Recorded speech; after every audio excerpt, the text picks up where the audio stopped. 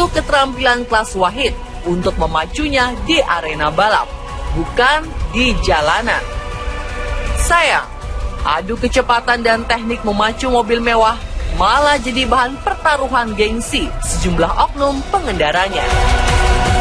Meretas dari kasus kecelakaan yang terjadi di Surabaya Minggu pagi kemarin yang merenggut 1 nyawa melayang, membuktikan bahwa teknologi canggih yang dimiliki wajar yang digunakan di tempat semestinya.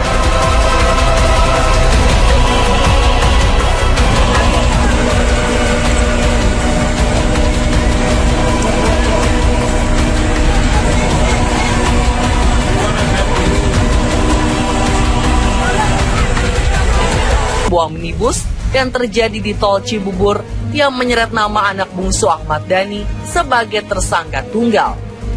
8 September 2013, kiranya semua mata tertuju pada kasus kecelakaan berskala masif ini. Bukan semata lantaran si pelaku yang tergolong lahir dari kalangan pesohor, melainkan jumlah korban jiwa yang terbilang banyak. Tercatat 7 orang meninggal dunia.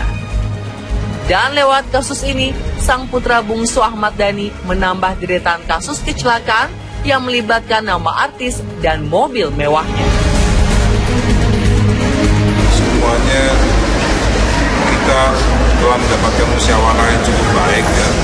Saya rasa sampai saat ini musyawarah yang cukup baik karena beberapa keluhan dari mereka dan beberapa permintaan dari mereka saya sebut tidak terlalu neko-neko, permintaan yang tidak berlebihan, sehingga mau nggak mau saya harus mengakomodir itu dan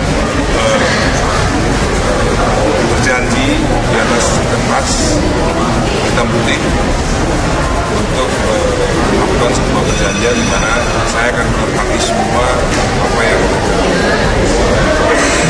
minta. Harapannya ini itu bukan menjadi tanggung jawab saya saja sebagai ayah atau tanggung jawab orang tua. Ini adalah tanggung jawab kita semua, di mana di jalan raya itu juga ada tanggung jawab dari negara, kepolisian dan lain-lain. Maka dari itu jasa marga pun juga punya tanggung jawab, pihak lalu lintas pun juga tanggung jawab, sehingga ini tidak terjadi lagi. IQJ bukanlah satu-satunya anak kaum pesohor yang terlibat dalam kasus kecelakaan lalu lintas yang mengakibatkan korban jiwa. Adalah Rasid Amrullah Rajasa, putra dari Hatta Rajasa, yang harus bertanggung jawab atas meninggalnya 2 korban jiwa dalam insiden 1 Januari 2013 di tol Jagorawi. Errornya sistem pengaman mobil mewah miliknya jadi masalahnya. Airbag yang semestinya berfungsi melindungi sang pengendara justru membuat bencana yang harus ditanggungnya dengan hukuman 6 bulan penjara dan denda 12 juta rupiah.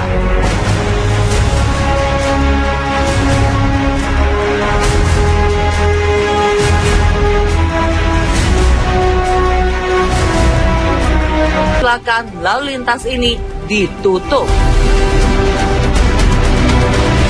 Mula-mula mobil pariwisatanya nabrak samping mobil saya, kemudian disetir ke kanan, akhirnya kepala mobil saya kena ke mobil pariwisata tersebut. Hanya itu yang saya tahu karena masih gelap. Saya di sebelah kanan. Makanya saya di sebelah kanan, makanya yang nabrak, makanya mobil saya itu dari mulai belakang sampai samping sudah rusak, bisa lihat. Berarti kan saya diserempet. Kalau saya nabrak duluan pasti kan hanya depan. Ini dari mulai samping kiri, pantat mobil kiri saya, bahkan sampai depan itu, bahkan pintunya nggak bisa dibuka. Coba kalian tarik deh, nggak bisa dibuka. Lebih parah, diserempet sama bis pariwisata. Terus dia loncat ke depan, begitu dia nyamper ke depan, akhirnya ketabrak bagian depan mobil saya. Masih jelas terbersit diingatan kasus kecelakaan sebuah sedan mewah yang menabrak sebuah minibus yang terjadi di tol Cibubur yang menyeret nama anak bungsu Ahmad Dhani sebagai tersangka tunggal. 8 September 2013, kiranya semua mata tertuju pada kasus kecelakaan berskala masif ini. Bukan semata lantaran si pelaku yang tergolong lahir dari kalangan pesohor, melainkan jumlah korban jiwa yang terbilang banyak. Tercatat 7 orang meninggal dunia. Dan lewat kasus ini, sang putra bungsu Ahmad Dhani menambah deretan kasus kecelakaan yang melibatkan nama artis dan mobil mewahnya. Semuanya kita telah mendapatkan musyawarah yang cukup baik ya. Saya rasa sampai saat ini musyawarah yang cukup baik karena beberapa keluhan dari mereka dan beberapa permintaan dari mereka saya sebut tidak terlalu neko-neko, permintaan yang tidak berlebihan, sehingga mau nggak mau saya harus mengakomodir itu dan berjanji di atas kertas hitam putih untuk melakukan sebuah perjanjian di mana saya akan menepati semua apa yang minta. Harapannya ini itu bukan menjadi tanggung jawab saya saja sebagai ayah atau tanggung jawab kedua.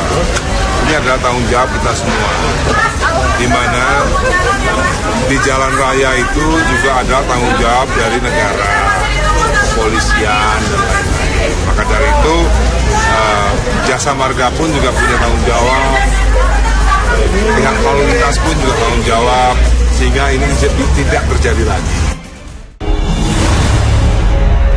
IQJ bukanlah satu-satunya anak kaum pesohor yang terlibat dalam kasus kecelakaan lalu lintas yang mengakibatkan korban jiwa. Adalah Rasid Amrullah Rajasa, putra dari Hatta Rajasa, yang harus bertanggung jawab atas meninggalnya 2 korban jiwa dalam insiden 1 Januari 2013 di Tol Jagorawi. Errornya sistem pengaman mobil mewah miliknya jadi masalahnya. Airbag yang semestinya berfungsi melindungi sang pengendara justru membuat bencana yang harus ditanggungnya dengan hukuman 6 bulan penjara dan denda 12 juta rupiah.